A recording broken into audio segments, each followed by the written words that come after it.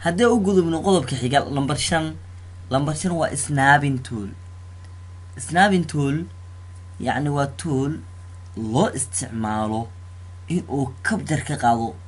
ديسك توكاب أما شاشة داضة أما هبدا ميش أجوبته إنه صور كاغا قاضو أيها لو استعماله سنابين تول مركا وتول very perfect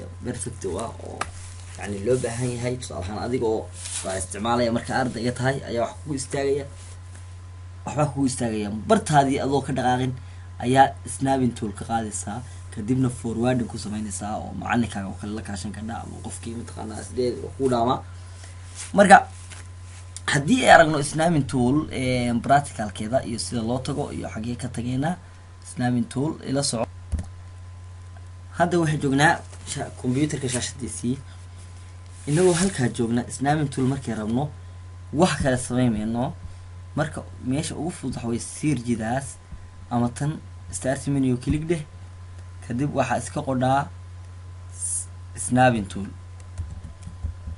snap inta hada qodo snap kaliya hada qodo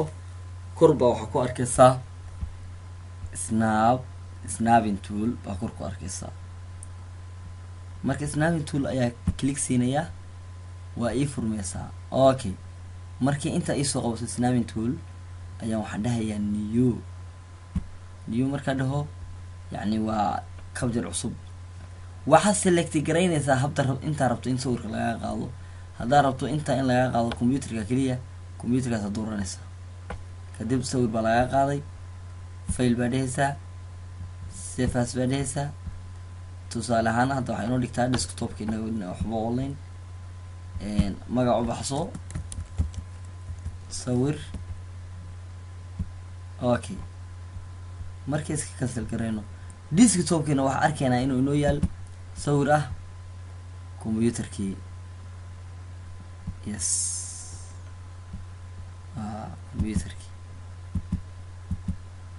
computerkii oo sawir ayaa inuu yaal desktopkeena okay haddaan kugu cishaal mar yani ama cd tan ku qoro oo snap adhiga dhawa ka ugu soo qabanaysa ama adoo cd tigin bada start menu hal mar click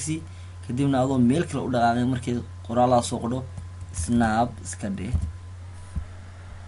snap marka dhehdo new baa dhehaysaa new marka dhehdana area-dii baa dooranaysaa tusaale ahaan anu hadda wax rabaaba inuu saga ruuxiisa laga qaado inta uu ku fadhiyo dhexdaa waa qaadaysa waa kaas kadib waxaa dhehaysaa file save baa dhehaysaa meel dhigo khalaas waa intaas waayahay dhonse waa garanay haddii marka ee u gudubno qaybteena kale oo cashirkeena hore usii wadano